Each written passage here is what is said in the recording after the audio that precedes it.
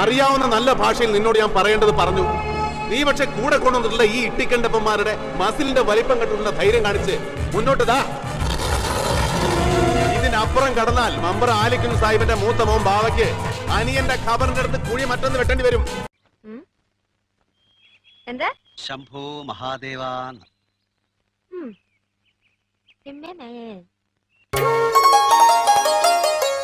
ഈ മുളം തണ്ടിൽ